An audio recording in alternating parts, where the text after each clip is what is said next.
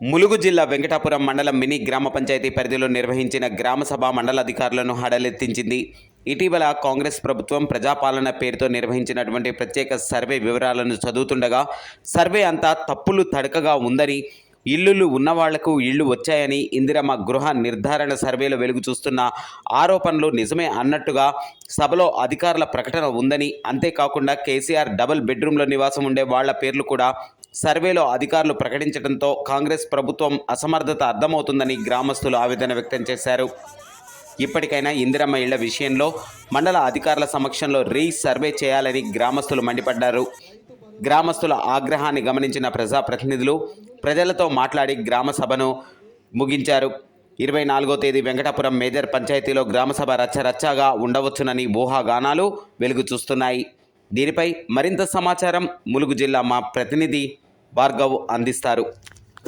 తెలంగాణ వ్యాప్తంగా ఏదైతే ఇటీవల రానున్నటువంటి స్థానిక ఎన్నికలను దృష్టిలో పెట్టుకొని కాంగ్రెస్ ప్రభుత్వం ఎక్కడికక్కడ కూడా మండల వారీగా గ్రామాల వారీగా ఈ యొక్క గ్రామ సభలు ప్రజా సమస్యలను నేరుగా తెలుసుకునే ప్రయత్నంలో పంచాయతీలలో కూడా విడివిడిగా కూడా గ్రామ సభలు పెడుతున్నటువంటి పరిస్థితులు కనబడుతున్నాయి. పూర్తిగా వెంకటాపురం మండలం మినీ గ్రామ పంచాయతీలో గ్రామ సభ అనేది పూర్తిగా అధికార లోపాల వల్ల విఫలమైనది అనుకోవచ్చు.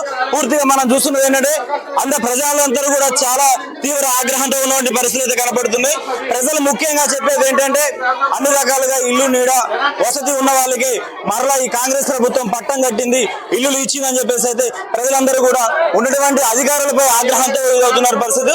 ఎప్పటికప్పుడు కూడా ఇటు కాంగ్రెస్ ప్రజాప్రతినిధులు కావచ్చు, ప్రతిపక్ష పార్టీ నాయకులంతా కూడా ప్రజల్ని సర్దుమణిగినప్పటికీ కూడా ప్రజలు ఎవరు కూడా మాకు అన్యాయం జరిగింది, ఏదైతే బీఆర్ఎస్ ప్రభుత్వంలో జరిగినటువంటి తప్పిదాలు ఏవైతే ఉన్నాయో అయ్యే తప్పిదాలు మళ్ళీ కాంగ్రెస్ ప్రభుత్వంలో కూడా జరిగాయి. ఇదంతా కూడా పూర్తిగా అధికారుల సర్వే అంతా కూడా విఫలం అయిపోయింది.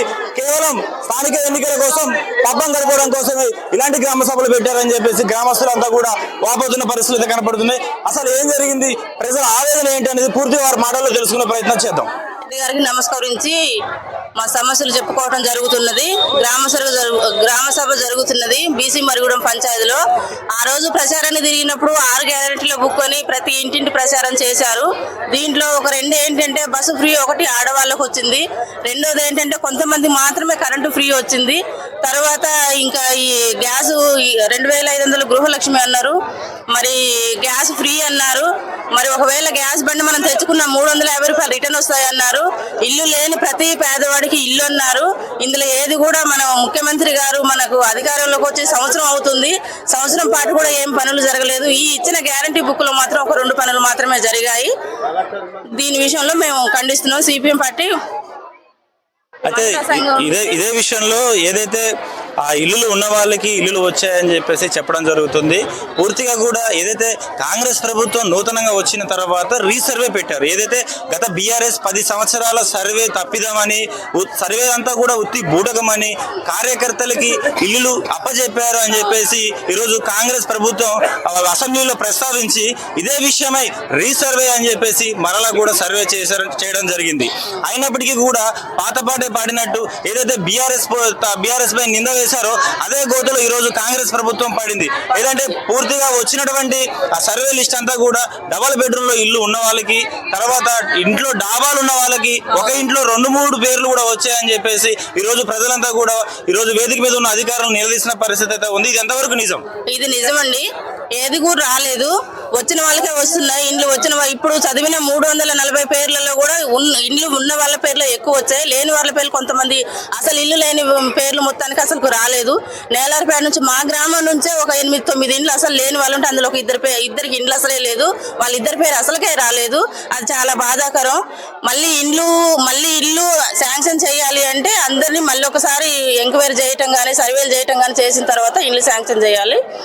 ఈ యొక్క గ్రామ సభ స్టార్ట్ అయిన మొదటి నుంచి అధికారులు వచ్చినప్పటి నుంచి చివరి దాకా మీరు యొక్క గ్రామ సభలో ఉన్నారు కదా, అసలు పూర్తిగా ఏదైతే ఈ యొక్క కాంగ్రెస్ ప్రభుత్వం యొక్క గ్రామ సభలో పూర్తిగా విజయవంతం అయిందంటారా, లేకపోతే ప్రజల ఆగ్రహాన్ని నేరుగా మీరు చూస్తారు, ఈ గ్రామ సభ విఫలమైందంటారా? విఫలమైంది సార్, విఫలమైందండి. విఫలం అంటే వాళ్ళు చెప్పే తీరును బట్టి ప్రజలు ఎవరు ఒప్పుకోవడానికి ఇష్టపడటం లేదు. వాళ్లకు నచ్చే పనులు ఏవి జరగడం లేదు. మెయిన్ ఏంటంటే ఈ 6 గ్యారెంటీలో చూసుకుంటేనే తెలుస్తుంది. అవన్నీ మనకు ఇది కాదు. ఈ రెండిట్లో 2 పనులైనా ఇంకా 4 పనులు కాలేదు. రైతులకు కూడా పడే వాళ్ళకే డబ్బులు పడుతున్నాయి, పడని వాళ్ళకు పడట్లేదు. దరఖాస్తులు అంటా ఉన్నారు, అవి తిరిగి సంవత్సరం అవుతుంది. ఇంక ఇట్లా తిరిగి మరి ఇంకా 5 సంవత్సరాలలోగా ఎట్లయితుందో తెలియదు.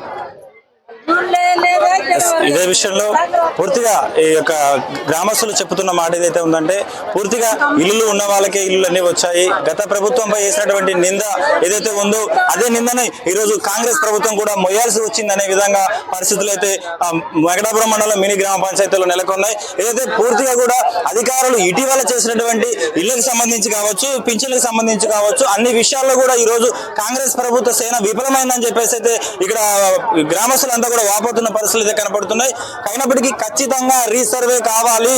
మరలా ఈ యొక్క ఏదైతే జాబితా రిలీజ్ చేశారో ఆ జాబితా అంతా కూడా ఉత్తి బూటకము, మరలా రీసర్వే కావాలని చెప్పేసి ఇక్కడ ఉన్నటువంటి మినీ గ్రామ పంచాయతీ గ్రామస్తులంతా కూడా ఈ రోజు ఈ యొక్క గ్రామ సభ నుంచి వాకౌట్ చేసి బయటికి వెళ్ళిన పరిస్థితులు అయితే కనబడుతున్నాయి. ఇదే విషయంలో ఏదైతే ఇంకా బాధితులు చాలా మంది ఉన్నారు, అందరి దగ్గరికి కూడా వెళ్తే పూర్తిగా కూడా ఏదైతే వారి యొక్క ఆవేదన వ్యక్తం చేసే పరిస్థితులు అయితే ఉన్నారు. ఇదే విషయంలో మన మధ్యలో సిపిఎం నాయకులు ఉన్నారు, వారి ద్వారా మరింత సమాచారం తెలుసుకునే ప్రయత్నం చేద్దాం. చెప్పండి, ఏదైతే ఇప్పుడు ప్రస్తుతం ఈ యొక్క కాంగ్రెస్ ప్రభుత్వం స్థానిక ఎన్నికలను దృష్టిలో పెట్టుకొని మాత్రమే ప్రజల్ని మభ్యపెట్టడానికి ఏదో 4 పేర్లు వదిలేసి తూతు మంత్రం కింద సర్వే చేసి 4 పేర్లు వదిలేసి స్థానిక ఎలక్షన్లు ఏదైతే ఉన్నాయో వాటిని గట్టెక్కించుకోవడం కోసం మాత్రమే ఇలాంటి మహాసభలు పెట్టేసి ప్రజల్ని మభ్యపెడుతున్నారని చెప్పేసి ప్రతిపక్షాలు ఆరోపిస్తున్న పరిస్థితులు అయితే ఉన్నాయి.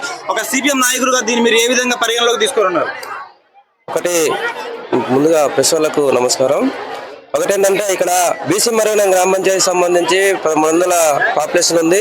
ఈ పాపులేషన్ సంబంధించి దగ్గర 670 దరఖాస్తులు 670 మంది అప్లై చేసుకుంటే దాంట్లో వెరిఫికేషన్ పేరుతోటి 380 చూశారు.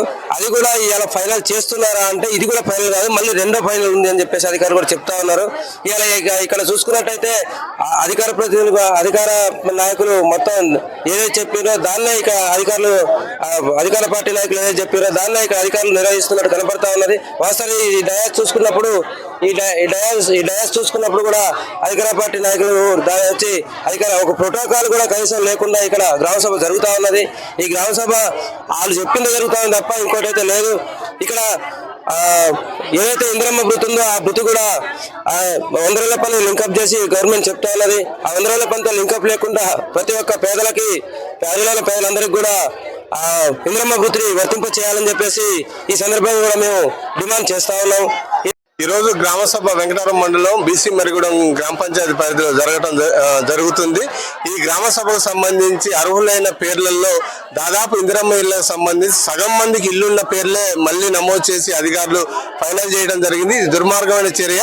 అధికారులతో పాటు అధికార పార్టీకి చెందిన వ్యక్తులు ఎవరైతే పేర్లను సూచించారో ఆ పేర్లని సెలెక్ట్ చేసి ప్రకటించడం జరిగింది.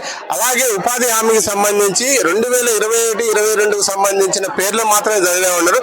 కానీ కాంగ్రెస్ ఎన్నికల మేనిఫెస్టోలో మాత్రం ప్రతి పేదవాడి ఇంటికి భూమి లేని ప్రతి పేదవాడికి 12,000 రూపాయలు ఇస్తానని చెప్పి ఆ రోజు ముఖ్యమంత్రి రేవంత్ రెడ్డి గారు ప్రకటించడం జరిగింది. ఆ విధంగా ఇక్కడ ఉన్న పనికి పోయే వాళ్ళందరికీ కూడా ఉపాధి హామీ పనితో సంబంధం లేకుండా పేదలందరికీ కూడా సంవత్సరానికి 12,000 రూపాయలు ఇవ్వాలి. ఏదైతే ప్రభుత్వం జీవో ఒకటి అమలు చేయడానికి ప్రయత్నం చేస్తుందో 20 రోజులు పోవాలి ఉపాధి హామీ పనికి అనేది, దాన్ని ఎత్తివేయాలి. అందరి పేదలకు కూడా 12,000 ఇవ్వాలి. అలాగే మిగతా పథకాలు ఏవైతే ఉన్నాయో అమలు చేస్తూ ఉన్నది. మహిళలకి 2,500 పెన్షన్లు పెంచాలి. 6 పథకాల గ్యారెంటీ స్కీముల్లో ప్రభుత్వం వైఫల్యం చెందింది. కాలయాపన చేస్తూ గ్రామ సభలో సెలెక్ట్ చేస్తూ అనే పేరుతో అర్హులు అన్నది ఈ గ్రామ పంచాయతీలో 600 మంది దరఖాస్తులు చేసుకుంటే 330 మంది అర్హులుగా ప్రకటించి మిగతా వాళ్ళు అర్హత లేదంటుంది. అందరినీ పరిశీలించాలి. ఇక్కడ ఉన్న వాళ్ళంతా పేదవాళ్ళు. ఈ పంచాయతీలో వ్యవసాయ కార్మికులు అత్యధిక మంది ఉన్నారు కాబట్టి వీళ్ళందరూ మళ్ళీ ఒకసారి రీసర్వే చేసి అర్హులైన లబ్ధిదారులకు ప్రభుత్వ సంక్షేమ పథకాలు అందేలా చర్యలు తీసుకోవాలని చెప్పి సిపిఎం పార్టీ మండల కమిటీ నుంచి మేము ప్రభుత్వాన్ని డిమాండ్ చేస్తున్నాం. హలో, ఇక్కడ బీసీ మరుగుడం గ్రామ పంచాయతీకి వస్తే కనీసం ఇక్కడ సగం మంది కుర్చీలు కొనలేవు. అధికారులు నిర్లక్ష్యం బాగున్నది. గ్రామ సభ కూడా రసబసగా నడుస్తుంది. అడిగిన దానికి అధికారులు సమాధానం కరెక్ట్గా చెప్తాను లేదు. ఇంకో విషయం ఏంటంటే రాష్ట్రంలో 31 కోట్లు మంది రైతులకు మాఫీ అయ్యేది 19,000 కోట్లే మాఫీ అయినాయి. ఇంకా 11,000 కోట్ల మందికి మాఫీ కావాలా? దాని గురించి అడిగితే కూడా ఇంతవరకు అధికారులు వస్తాయి రుణమాఫీ అంటారు కానీ రుణమాఫీ ఇంతవరకు రాలేదు. దానికి సమాధానం అధికారులు కూడా కరెక్ట్గా లేదు. ఇంకోటి ఏంటంటే రైతు భరోసా అన్నారు, ఒక్కసారి వేసిన ఇప్పుడు 2 సార్లు కూడా 15,000 అన్నారు, మళ్ళీ ఇప్పుడు 12,000 అంటారు. వాళ్ళ నిబద్ధతగా ఇది ఆలోచించాలి ప్రభుత్వాలు పాలకులు.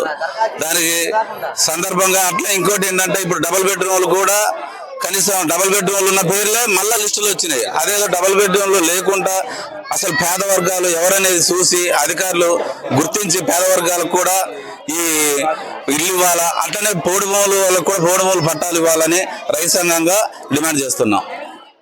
చిన్న గుడిసె, మాకు ఇల్లు రాలేదు. మీరు మరి ప్రజావాణిలో పెట్టుకున్నారమ్మా? పెట్టుకున్నా కానీ ఈ జాబితాలో రాలేదా? రాలేదు. ఇల్లు కట్టినా మాకు అంతకు ముందు వేసినా మాకు అసలు రాలేదు. ఇప్పుడు ఈ ప్రభుత్వం గ్రామ సభ పెట్టింది కదా, గ్రామ సభ పెట్టింది కదా, రాలేదు. ఖచ్చితంగా ఈ గ్రామ సభ అందరికి ఓకేనా, లేకపోతే జనాలు అల్లరి చేశారా మాకు రాలేదు అల్లరి చేసేది? ఇది ములుగు జిల్లా వెంకటాపురం మండలం మినీ గ్రామ పంచాయతీలో రసవత్తంగా నడుస్తున్నటువంటి గ్రామ సభ. పూర్తిగా ఏదైతే ఇటు పలు పార్టీ సంఘ నాయకులు కావచ్చు, లేదంటే ఇక్కడ మినీ గ్రామ పంచాయతీకి సంబంధించినటువంటి స్థానికులు కావచ్చు, ఈ రోజు పూర్తిగా కూడా ఈ యొక్క గ్రామ సభలో జరిగేటువంటి తప్పిదాల గురించి ఎవరైతే అధికారులు ఎవరైతే ఉన్నారో వారిని నిలదీసినప్పటికీ కూడా వారి దగ్గర నుంచి సమాధాన శూన్యం కావడంతో పూర్తిగా కూడా గ్రామస్తులంతా కూడా ఆగ్రహం వ్యక్తం చేస్తున్న పరిస్థితి కనపడుతుంది. అయితే ఇటు గ్రామస్తులు కావచ్చు, లేదంటే పలు పార్టీ నాయకులు కావచ్చు, పూర్తిగా కూడా వీళ్ళంతా కూడా చెబుతున్న మాట ఏంటంటే కేవలం స్థానిక ఎన్నికలను దృష్టిలో పెట్టుకొని మాత్రమే ప్రజల్ని మభపెట్టే ప్రయత్నమే చేస్తుంది తప్ప వేరే ఉద్దేశం కాదు. ఇది ఖచ్చితంగా ఈరోజు కాంగ్రెస్ ప్రభుత్వ పాలన విజ్ఞతకే వదిలేయాల్సిన పరిస్థితి వచ్చిందని చెప్పేసి ఇటు గ్రామస్తులు నాయకులు పేర్కొంటున్న పరిస్థితి అయితే కనపడుతున్నాయి. కెమెరామెన్ ఎలెక్సో, video journalist Bhargav, Mulugu district, CK.